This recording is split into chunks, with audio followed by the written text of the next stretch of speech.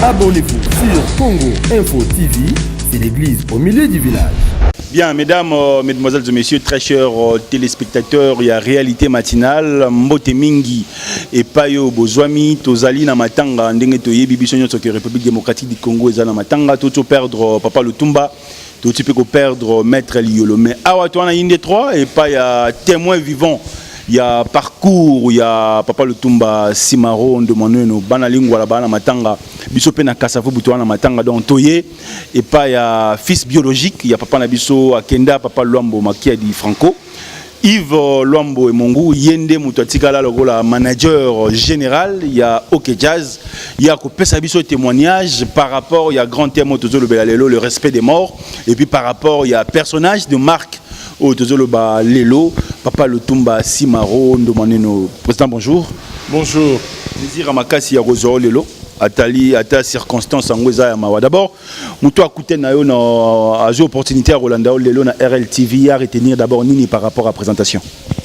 Bon, ils m'ont présenté déjà. Ils m'ont Luambo Yves, moi na Kondo Luambo, Franco Luambo Makiadi, Congolais na Katiaba Congolais.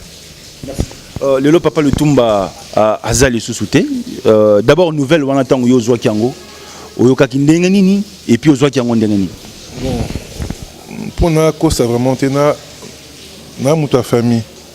N'ebe que voilà, ce que papa ké, à Kenin d'autres macacité. Comment basangozo il a biso, zo ya nenga biente. Donc, to comment kaka, posé là. Mais, dis-moi, mutu c'est payé ça, mutu monte. Donc là, on a qui dit dans la radio, dans ce souvenir, vinanga quoi, parce que Tilelo, c'est-à-dire que c'est ma vie, c'est-à-dire que il a toujours fait partie de ma vie. Donc à travers tout, à travers ses chansons, à travers sa vie, à travers tout, c'est-à-dire que Aza Papa Nanga, moi c'est Nanga Lambalia. Ezana poto, ezala moi si nanga lamba alia amema bakoko na. Donc ça y a passé, mais tout en sachant que akolaki santé zaki sous bienté. Donc toyebaki et voilà quoi. Mais c'est la vie. Aujourd'hui votre père biologique, l'homme maquillé du Franco n'est plus. Et le Papa Lutumba paye sur Zaté. D'abord, sur le plan familial, parce que le lobby a vraiment ta famille, relation Papa Lutumba n'a Papa Franco Zaïndé. Bon, en dehors il y a musique, Bazaki Batou, Bazaki originaire il y a côté Moko. Bakongo, donc oui, Bakongo ba solidarité mon makasi. Donc Bazaki Yana Leki. Malgré les qui m'tazaï patron mais ba Yana Leki, Franco a toujours mis Simaro dans la statue à qui ne déconne. C'est-à-dire que c'est un monde de la musique. C'est vrai que le monde de la musique, ça a une structure bien spécifique, mais comme moi je voyais toujours que c'était deux frères qui se rencontraient. Parce que quand ils se rencontraient, tu n'as jamais sonné en lingala, jamais en français, toujours en Congo. Donc, mon Franco, Azaki, je pense pas que j'ai pas besoin d'expliquer que Franco Azaki, monument vivant dans le Congo, il avait une grande stature, il est très respecté. Alors quand tu vois que Moutou, on est Franco hyper respecté, mais j'ai eu problème dans le cas de Kounae, à Bengi Simaro, à Bengi, non, tant à combattre au Bazareki, à Bengi Simaro, à Bengi Manzenza, à Bengi Malambu, à Fani Nakwamo, à Manyo Beta Kikongo. C'est-à-dire que Simaro a mes copains ça peut tuer na Franco, n'a problème à quoi il est faut à Sala. C'est-à-dire que tu vois qu'à niveau Franco, Simaro a Fani Sae, à PCP Toli, Onga, na Mona, à 3 reprises. Donc, c'est-à-dire que relation à Bango Zaki, nan y a bondeko. Après, relation musicale, professionnelle, les Zalaki. Franco et Zaki, tant on a voyagé à Kepoto. Alors, ça fait 2 ans à Poto. Alors, ça fait 6 mois. Alors, qu'il y a un peu tourné. Si Maro Zaki, moi, il y a vraiment beaucoup. Malgré la chance de Zaki, on va tourner. Alors, ça Franco, ah, on a vraiment beaucoup de gens qui ont été on a Kinshasa. Quand on a Toza, c'est-à-dire que Franco a Benga, c'est-à-dire que ça fait vert. C'est-à-dire que Simaro va gérer 1, 2, 3, à cause gérer OK Jazz. Parce que Yem Torotik à la Kinshasa pour un combat OK Jazz. Les OK Jazz, ils ont 40 ou 50 musiciens. Mais ceux qui voyagent, ils ont 20, 25. Donc OK Jazz, monsieur, ils ont à la là, les acquittés que Franco zo bien Hernios non, Simon tazo kumba orchestre. C'est-à-dire que ils avaient une relation qui était saine et propre. Est-ce que après la mort de Papa Luambo, Tango Simaro a Kei Kosa la Banaro, ok, est-ce que Kassi est sur le plan en famille?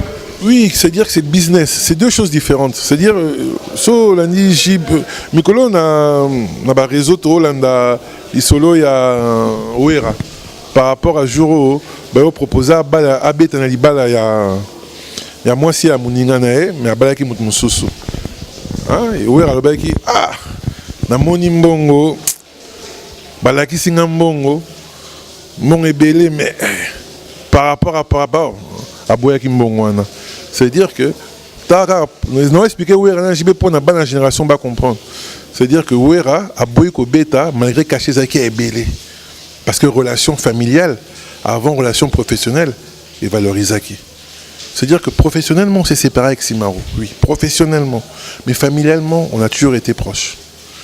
Ici, il y a un Fanika Boete, ah, allô, oui, il y a qu'à Siko. Tika Mamosa Yaka Siko. Oui. Nenga zo joindre au moins mon papa nake. Au comme un problème important. Moi na tala boeta. Bon, on a pêché moto à la no dossier moi qui paye gérer. Soit aller tata nga ngobinga, soit aller tata nga terrain ngobinga ngate. Il m'a fait ça 2, 3, 4 reprises. C'est-à-dire que relation familiale est qui toujours. Relation professionnelle et ça qui que tokabono. Quelque part dans la logique du business, c'est normal. C'est-à-dire que commis à commun dans mon moment, c'est-à-dire succès n'ayaki makasi et il n'était plus dans l'obligation à supporter famille à Luambo. C'est-à-dire que la famille à Luambo, ils avaient a besoin à ça paix façon d'aller à travailler parce que sur les aussi morales peut-être les lotés. C'est-à-dire je me suis émancipé. C'est-à-dire à niveau émancipation, on a besoin de tout se séparer pour défendre les mêmes causes mais d'une façon différente. Parce que on a défendre ils a au démo bambasala. Oh il peut défendre ils a au démo bambasala. Donc c'est dire que on défend les mêmes causes mais d'une façon différente et dans des lieux différents. Mais c'est la même cause. Donc tozo informé bino tozana inde 3 de place Masolo et Banda place Papa Luambo na Papa Simaro ndomano no akei babande ko beta musique babande ko sepelisa biso na OK jazz na bana OK awa tozana Yves Luambo donc yazali mwana oyo Papa Luambo atika c'est lui qui gère maintenant la OK jazz donc azo pesa biso témoignage oyo za ya famille donc témoignage oyo azo pesa biso boyo ko pa mutu mususu te et oza témoignage moko vrai Yves souhait na yo ezandeni potolo la papa tolo la papa ndengeni souhait nga balé na valeur na mais obi pour balé la muta valeur au sentiment dans un il faut l'état mte simbalo et simbango. Bon, je pense que l'état est au Simba. Bon, l'état est endémique au Simba. Donc après ce que les animateurs, il y a événements, il y a gestion, il y a manifestation. Bon, on peut ça en valeur. C'est-à-dire moi une cause à l'enlever belé. Mais ce bon c'est déjà une des trois. Oui, anda quoi tata nangai. Tata kofi bon sanda pour les leki toko. Aimai kitikwa là. Albonzema kitikwa là. Soki muta kufi misa kitikwa la bleu. Donc c'est dire ngapé tata kufi no bon sanda parce que tata kufi parce qu'on sait jamais. Et anda kunaye. Nga botama ndako c'est tonga maka. C'est-à-dire ndako tonga minga botami basiment ba ça va succès ba a c'est-à-dire que je ne suis qu'un ayant droit à Biloko. C'est-à-dire que les lois à Franco. Mais c'est-à-dire que l'herbe à Tongango, maçon Simaro, Franco architecte, Joski menuisier, donc c'est-à-dire que Bamba Tongandako.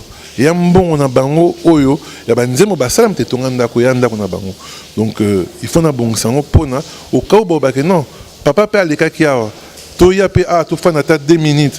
Pour tous les rappels, papa, il ne faut pas coûter mon propre. Biso bana, il y a des musiciens, peut-être bazo bate. Papa Lutumba Kei, papa Franco Sakendek déjà. Est-ce que tu as le balelo que Odembe Koufi? Mais dimanche, on a un concert en biso. Odembe Koufi. On a un dimanche à concert. Au bin, ma casse au kata. Il y a Basile. Boya Odembat. Faire abetani. Odembat. Manda chante. Hein? On a charge ya bana OK. To bendie ka parce que quelqu'un m'a passé des kai kota za ki to bendie a comme simba bana OK. Et ça ka odembat. Donc, place à ça, PC Motetos, et là, il y a tous les la papa. Donc, c'est-à-dire que, manda to beni, to longana bouwenge, to côté na kacho demba. Est-ce que Koufi te? Ok, jazz a obundé la Odemba, faire a obundé la Odemba, parce qu'il y a un siège à faire.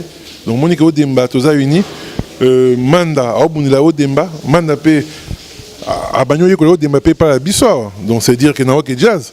Alors, il y a un concert, il y a Zugou, à CP, na watika na bisso. Alors, défendre Odemba. Donc, eux de me profiter, parce qu'il y a des artistes qui vont défendre Odemba. Et moi, je suis là pour que l'Odemba me péter. Bah, Nzembo Nina Makasi, oh papa Simaro Lutumba Sala, oh yo vraiment et marquayo. Oui, Bibonga, Nzembo Simaro est marqué pratiquement 80%. Mais premier Nzembo Simaro est marqué, il a peut-être Obino Boyebité. Il y a Nzembo Sala en 74. Dans l'album, il y a. Non, il y a ce titre. Bon, 74, ils ont encore regretté. Au Lukango internet, comme on peut regretter, au Yokango, son Kablan peut la battu. Au Kablan a battu. C'est une de ses plus belles chansons pour moi. C'est une chanson d'amour où il parlait, il y a rupture. C'est-à-dire, c'est la chanson qui m'a le plus marqué. Après, il y a l'instrumentalisation de Maya. Malobakou, tout est l'instrumentalisation. Le mixage qui a été fait au studio à Maya. Je pense que c'est un des meilleurs mixages au monde. Ponanga, au monde. Pas à Congo, au monde. Percussion bêta à Maya, Naokaron partout. N'a évité, peut-être pas assez d'Africains, pas à Kenya, mais on a yoka, il y a américain, il y a français, il y a anglais. Percussion, il y a fin. Donc voilà, c'est-à-dire que Zana, bon après tu rebeta, il solo il y a ma belé et tu rebeta il solo il y a ma soua, banzemo zé belé, mais au regretter na instrumentalisation il y a Maya, pardon, canon. Est-ce qu'on peut dire qu'aujourd'hui c'est un prophète? Comment les amis Massi Simaro d'Emmanuel appelé le prophète, le poète. Donc surtout bien déjà depuis 70. Massia, comment Massia, comment Jésus. Donc comment est Massia? Non le banini sous.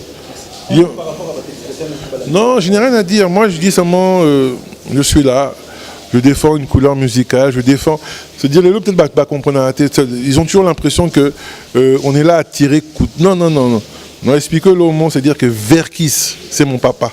C'est-à-dire qu'on défend Odemba. Simaro, c'est mon papa. Joski, c'est mon papa. Wutam, c'est-à-dire, on a ça, ils ont défendre mon salaire au banc basalaki. Parce que les lots, ben Simaro, le lots bien à Kingani, le lots bien à Kingani. N'a pas tika kubuni la bango, soringaïté.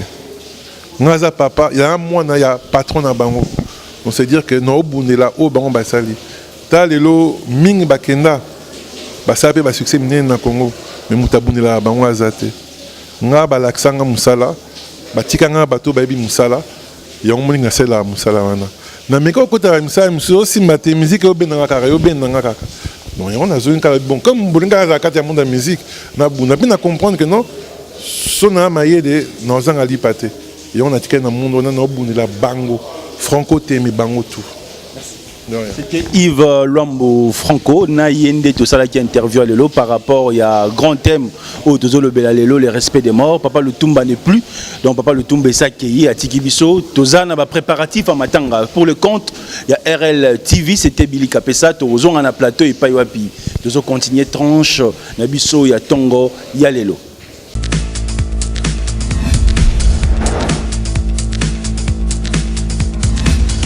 Abonnez-vous sur Congo Info TV, c'est l'église au milieu du village.